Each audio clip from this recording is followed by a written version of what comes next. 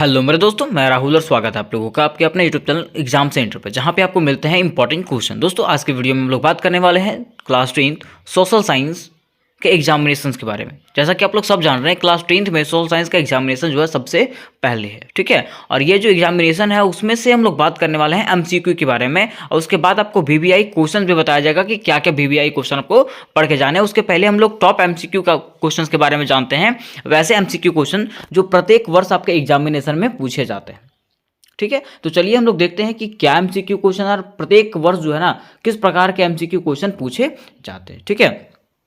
देखिए, अगर पहले क्वेश्चन की बात करें तो पहला क्वेश्चन है कि भारत में वित्तीय वर्ष होता है। भारत में वित्तीय वर्ष कहने का मतलब समझते हैं कि जो लोग व्यापारी होता है ना उसका न्यू ईयर कब स्टार्ट होता है, ठीक है। तो जो व्यापारी होता है, जो दुकान चालू करता है, दुकान से पैसा कमाता है ना, उन लोग का वित्तीय वर्ष जो है ना 1 अप्रैल से 31 मार्च तक होता है। कब तक होता है? 1 अप्रैल से 31 मार्च तक होता है, ठीक है। आगे क्वेश्चन नंबर 2 है। क्वेश्चन नंबर 2 में क्या बोला है कि बृहद क्षेत्र में जल की उपस्थिति के कारण ही पृथ्वी को कहते हैं। बृहद क्षेत्र में जो है ना जल की उपस्थिति के कारण ही पृथ्वी को क्या कहते हैं? नीला ग्रह कहते हैं, ठीक है। क्योंकि हम लोग सब जानते हैं पृथ्वी पे जो है ना जल की मात्रा सबसे अधिक है और पृथ्वी जो पूरा नीला नीला दिखाई पड़ता है, इसलिए पृथ्वी को जो है ना नीला ग्रह भी कहा जाता है, ठीक है। आगे देखिए, क्वेश्चन नंबर 3 की बात करें। क्वेश्चन नंबर 3 में क्या है कि भारत में किस तरह के लोकतंत्र की व्यवस्था किया गया। भारत में जो है किस तरह का लोकतंत्र का व्यवस्था किया गया, तो अप्रत्यक्ष व्यवस्था किया गया। आगे क्वेश्चन नंबर 4। क्वेश्चन नंबर 4 में क्या है कि भारत का कान्हा राष्ट्रीय पार्क प्रसिद्ध है। भारत का कान्हा राष्ट्रीय पार्क जो है वो प्रसिद्ध है किसके लिए? बाघों के लिए। किसके लिए? बाघों के लिए, ठीक है। अब देखिए क्वेश्चन नंबर 5 की तरफ बढ़े। क्वेश्चन नंबर 5 में क्या है दोस्तों कि झारखंड के झरिया क्षेत्र में मुख्यतः क्या पाया जाता है। झारखंड के झरिया क्षेत्र में मुख्यतः क्या पाया जाता है? तो क्या पाया जाता है? कोयला पाया जाता है। क्या? कोयला पाया जाता है, ठीक है। आगे लिखा हुआ है कि राजनीतिक दलों की नींव सर्वप्रथम किस देश में पड़ी। राजनीतिक दलों का नींव जो है ना सर्वप्रथम किस देश में पड़ा था? किस देश में पड़ा था? ब्रिटेन में। कहाँ पे? ब्रिटेन में, ठीक है। देखा हुआ भारत में नीति आयोग की स्थापना हुआ था। भारत में जो है नीति आयोग का स्थापना हुआ था। कब हुआ था? 2015 ईस्वी में। कब हुआ था? 2015 ईस्वी में, ठीक है। आगे देखिए लिखा हुआ है निम्नलिखित नदियों में से किसे बंगाल का शोक कहा जाता है, ठीक है। ऐसा कौन सा नदी है जिसे बंगाल का शोक कहा जाता है? किसको कहा जाता है? दामोदर को। किसको? दामोदर नदी को, ठीक है। देखिए लिखा हुआ वैश्वीकरण के मुख्य अंग कितने हैं। वैश्वीकरण जो है ना उसके कितने मुख्य अंग होते हैं? तो कितने? 5 मुख्य अंग होते हैं वैश्वीकरण के, ठीक है। आगे क्वेश्चन नंबर 10। क्वेश्चन नंबर 10 की बात करें, इनमें से कौन एक बीमारू राज्य नहीं है। ऐसा कौन सा एक राज्य है जो बीमारू राज्य नहीं है? तो बिहार जो है बीमारू राज्य नहीं है, ठीक है। क्वेश्चन नंबर 11 है कि भारत की वित्तीय राजधानी किस शहर को कहा जाता है। भारत की वित्तीय राजधानी किसको कहा जाता है? तो मुंबई को कहा जाता है भारत की वित्तीय राजधानी। आगे लिखा हुआ है इनमें से कौन संस्थागत वित्त का साधन नहीं है। इनमें से कौन संस्थागत वित्त का साधन नहीं है? तो कौन नहीं है? व्यावसायिक बैंक। कौन सा? व्यावसायिक बैंक, ठीक है। आगे क्वेश्चन नंबर 13 है कि इनमें से किस देश में मिश्रित अर्थव्यवस्था है। इनमें से कौन सा ऐसा देश है जिसमें से मिश्रित अर्थव्यवस्था है? किसमें है? अमेरिका में, चीन में, भारत में? इनमें से कोई नहीं। कहाँ पे है? भारत में, ठीक है। आगे है ताड़ी विरोधी आंदोलन किस प्रांत में शुरू हुआ था। ताड़ी विरोधी आंदोलन जो है वो किस प्रांत में शुरू हुआ था? तो कहाँ पे शुरू हुआ था? आंध्र प्रदेश में। कहाँ पे? आंध्र प्रदेश में शुरू हुआ था, ठीक है। आगे है कि संघ सरकार का उदाहरण है। संघ सरकार का उदाहरण क्या होता है? अमेरिका, ठीक है। आगे है 1 टन इस्पात बनाने में कितने मैग्नीज का उपयोग होता है। 1 टन इस्पात बनाने के लिए कितने मैगजीन का उपयोग होता है? तो 10 किलोग्राम, ठीक है। क्वेश्चन नंबर 17 है कि प्राणियों के शरीर में कितना प्रतिशत जल की मात्रा निहित होती है। प्राणियों के शरीर में जो है कितना प्रतिशत जल का मात्रा होता है? तो 65% जो है ना जल का मात्रा होता है, ठीक है। आगे है कि सोपानी कृषि किस राज्य में प्रचलित है। सोपानी कृषि जो है वो किस राज्य में प्रचलित है? तो कहाँ पे? उत्तराखंड में। कहाँ पे? उत्तराखंड में, ठीक है। आगे लिखा हुआ है किसने कहा मुद्रण ईश्वर की दी गई महानतम देन है, सबसे बड़ा तोहफा है, ठीक है। ऐसा किसने कहा था कि मुद्रा जो है, पैसा जो है ईश्वर का दिया हुआ महानतम देन है? किसने कहा था? मार्टिन लूथर ने। किसने? मार्टिन लूथर ने कहा था। आगे है किस पत्र ने रातों रात वर्नाकुलर प्रेस एक्ट से बचने के लिए अपनी भाषा बदल दिया। ऐसा कौन सा पत्र था जो वर्नाकुलर एक्ट से बचने के लिए अपनी भाषा बदल दिया था? किसने? अमृत बाजार पत्रिका ने। किसने? अमृत बाजार पत्रिका ने, ठीक है। आगे है प्राचीन काल में किस स्थल मार्ग से एशिया और यूरोप का व्यापार होता था। ऐसा प्राचीन काल में ऐसा कौन सा स्थल मार्ग था जिससे एशिया और यूरोप का व्यापार होता था? किसका? रेशम मार्ग का। किसका? रेशम मार्ग का। ठीक है। क्वेश्चन नंबर 22 है कि कौन सा सामाजिक वर्ग बुद्धिजीवी वर्ग के रूप में उभर कर आया? ऐसा कौन सा सामाजिक वर्ग है जो बुद्धिजीवी वर्ग के रूप में उभर करके आया था? तो कौन सा वर्ग? मध्यम वर्ग। कौन सा? मध्यम वर्ग। ठीक है। तो क्या लिखा हुआ है? हिंद चीन पहुंचने वाले प्रथम व्यापारी कौन थे? हिंद चीन पहुंचने वाले प्रथम व्यापारी कौन सा थे? तो पुर्तगाली थे। कौन थे? पुर्तगाली। ठीक है। आगे है क्वेश्चन नंबर 24, रक्त एवं लौह की नीति का अवलंबन किसने किया? रक्त एवं लौह की नीति का अवलंबन किसने किया? किसने किया था? बिस्मार्क ने। किसने? बिस्मार्क ने। ठीक है। उसके बाद है क्वेश्चन नंबर 25 में कि लेनिन की मृत्यु हुई थी। लेनिन की मृत्यु जो है वो कब हुई थी? तो कब हुआ था? 1924 ईस्वी में लेनिन का मृत्यु हुआ था। ठीक है। फिर क्वेश्चन नंबर 26 में है कि दास कैपिटल के लेखक कौन थे? दास कैपिटल के लेखक कौन थे? तो कौन थे? Karl Marx. कौन थे? Karl Marx. ठीक है। आगे है रूस में कृषक दास प्रथा का अंत कब हुआ? रूस में जो है कृषक दास प्रथा का अंत कब हुआ था? तो 1861 ईस्वी में हुआ था। आगे है जेनेवा समझौता कब हुआ? जेनेवा समझौता जो कब हुआ था? तो 1954 ईस्वी में जेनेवा का समझौता हुआ था। ठीक है। आगे है रंपा विद्रोह कब हुआ? रंपा विद्रोह जो है वो कब हुआ था? तो 1916 ईस्वी में रंपा विद्रोह हुआ था। ठीक है। आगे है भूमंडलीकरण की शुरुआत किस दशक में हुई? भूमंडलीकरण की शुरुआत जो है वो कौन से दशक में हुआ था? तो 1990 के दशक में हुआ था। कब हुआ था? 1990 के दशक में हुआ था। ठीक है। फिर देखिए क्वेश्चन नंबर 31। क्वेश्चन नंबर 31 में क्या है कि भारत में पहला छापा खाना किन लोगों ने लगाया? भारत में पहला छापा खाना जो है वो किन लोगों ने लगाया था? तो किन लोगों ने? पुर्तगालियों ने लगाया था। किसने? पुर्तगालियों ने लगाया था। ठीक है। छापा खाना मतलब समझते हैं? प्रेस वाला। ठीक है। 32 में पूछा गया कि क्षेत्रवाद की भावना का एक कुपरिणाम है। क्षेत्रवाद की भावना का एक कुपरिणाम है क्या? अलगाववाद। क्या है? अलगाववाद। देखिए इसका अगर आपको PDF चाहिए होगा ना तो डिस्क्रिप्शन बॉक्स में जो है टेलीग्राम ग्रुप का लिंक मिलेगा, वहां से आप लोग टेलीग्राम ग्रुप में जुड़ जाइए, वहां पे आपको PDF भेज दिया जाएगा। ठीक है। देखिए 33 में क्या है कि भारत में संविधान के 8वें सूची में कितनी भाषा है? भारत के संविधान में जो है ना 8वें सूची में कितनी भाषा है? कितनी भाषा है? 22 भाषा है। ठीक है। आगे लिखा हुआ बिहार में पंचायती राज संस्थाएं हैं। बिहार में जो है पंचायती राज संस्थाएं हैं तो कितने? 3 सदस्यीय 3 स्तरीय हैं। ठीक है। कितने? 3 स्तरीय हैं। ठीक है। आगे है बांग्लादेश नामक नया देश का निर्माण कब हुआ था? बांग्लादेश नामक जो है नया देश का निर्माण कब हुआ था? कब हुआ था? 1971 ईस्वी में बांग्लादेश का निर्माण हुआ था। फिर है भारतीय लोकतंत्र है। भारतीय लोकतंत्र क्या है? एक सफल लोकतंत्र, विश्व का सबसे बड़ा लोकतंत्र, कि ए बी दोनों? दोनों है। ठीक है। आगे है किस क्षेत्र को द्वितीयक क्षेत्र कहा जाता है? ऐसा कौन सा क्षेत्र है जिसको द्वितीयक क्षेत्र कहा जाता है? किसको? उद्योग क्षेत्र को। किसको? उद्योग क्षेत्र को द्वितीयक क्षेत्र कहा जाता है। ठीक है। भारत में किस राज्य का प्रति व्यक्ति आय सर्वाधिक है? भारत में ऐसा कौन सा राज्य है जिसका प्रति व्यक्ति आय जो है सबसे अधिक है? तो किसका? गोवा का। किसका? गोवा का। ठीक है। आगे है जिस देश की राष्ट्रीय आय सब अधिक होती है वह देश कहलाता है। जिस देश की राष्ट्रीय आय सबसे अधिक होती है वह कौन सा देश कहलाता है? विकसित देश कहलाता है। कौन सा देश? विकसित देश कहलाता है। ठीक है। 40 में है आजकल मुद्रा का कौन सा रूप अधिक प्रचलन में है? आजकल मुद्रा का कौन सा रूप अधिक प्रचलन में है? तो पात्र मुद्रा। कौन सा? पात्र मुद्रा। ठीक है। आगे है सर्वप्रथम व्यावसायिक बैंकों का राष्ट्रीयकरण कब किया गया था? सर्वप्रथम जो है व्यावसायिक बैंकों का राष्ट्रीयकरण जो किया गया था वो कब किया गया था? तो 1969 ईस्वी में। ठीक है। फिर क्वेश्चन नंबर 24 है भारत में सेवा क्षेत्र को सामान्यतः कितने भागों में बांटा गया? भारत में जो सेवा क्षेत्र है उसको सामान्यतः कितने भागों में बांटा गया? तो कितने भागों में? 2 भागों में बांटा गया। कितने भागों में? 2 भागों में बांटा गया। ठीक है। आगे है 43 में कि इनमें से किस प्राकृतिक संसाधन का भंडारण सीमित है? ऐसे में से कौन सा प्राकृतिक संसाधन है जिसका भंडार जो है वो सीमित है? तो किसका है? खनिज तेल का। किसका? खनिज तेल का। ठीक है। आगे है भाखड़ा नांगल परियोजना किस नदी पर अवस्थित है? भाखड़ा नांगल परियोजना जो है वो किस नदी पर स्थित है? ठीक है। तो कहाँ पे है? सतलज नदी पे। ठीक है। सतलज नदी पे। ठीक है।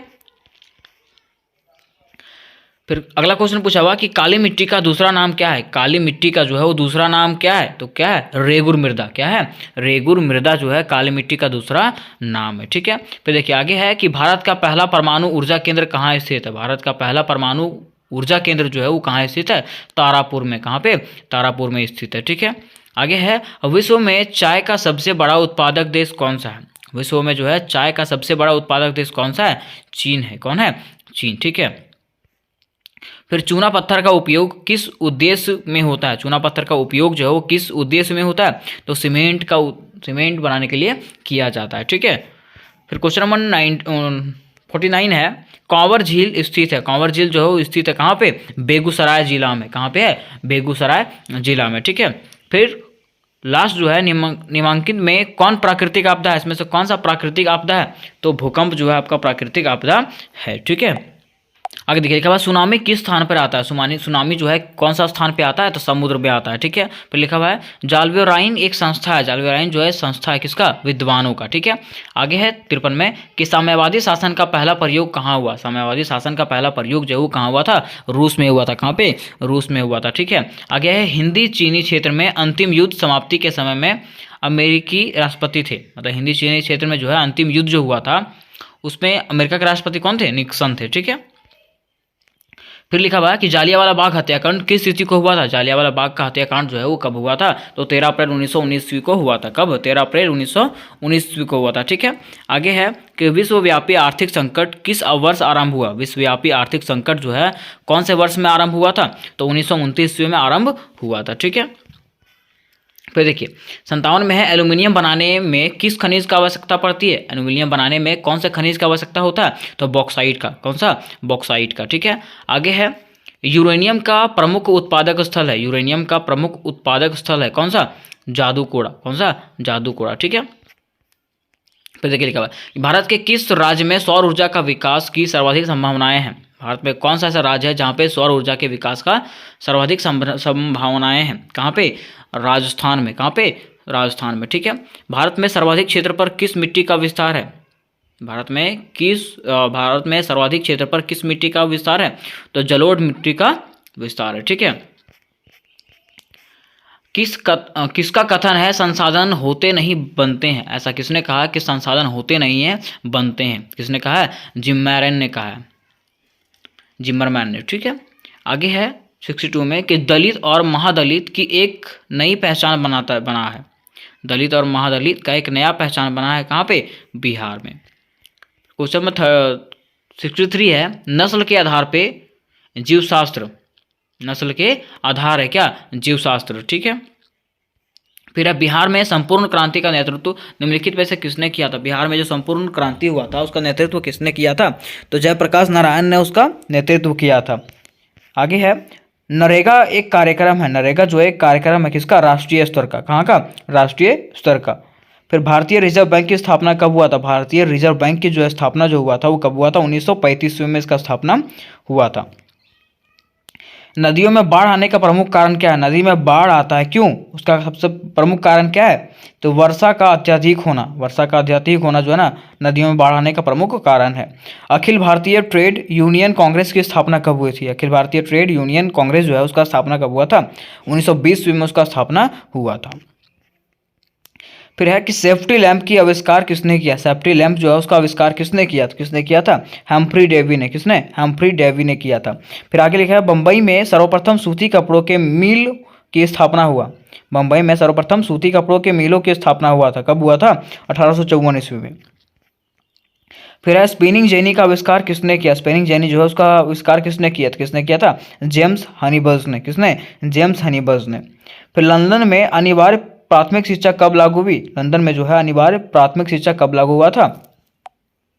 ये क्वेश्चन एक बार आप लोग सर्च कर लीजिएगा। ठीक है। फिर देखिए क्वेश्चन नंबर 73 है कि जनसंख्या का घनत्व सबसे अधिक कहाँ होता है? जनसंख्या का घनत्व जो है सबसे अधिक कहाँ होता है? तो महानगर में होता है। कहाँ पे? महानगर में होता है। आगे है स्थायी कृषि के प्रभाव से कैसा जमाव संभव हुआ? स्थायी कृषि के प्रभाव से कैसा जमाव संभव हुआ? संपत्ति का जमाव जो है ना संभव हुआ। ठीक है। इंडिका किसकी रचना है? इंडिका जो है वो किसकी रचना है? किसने लिखा है? मेगास्थनीज ने। ठीक है। फिर 76 में है पाटलिपुत्र किस समय में मगध की राजधानी बनी? पाटलिपुत्र जो है कब मगध का राजधानी बना था?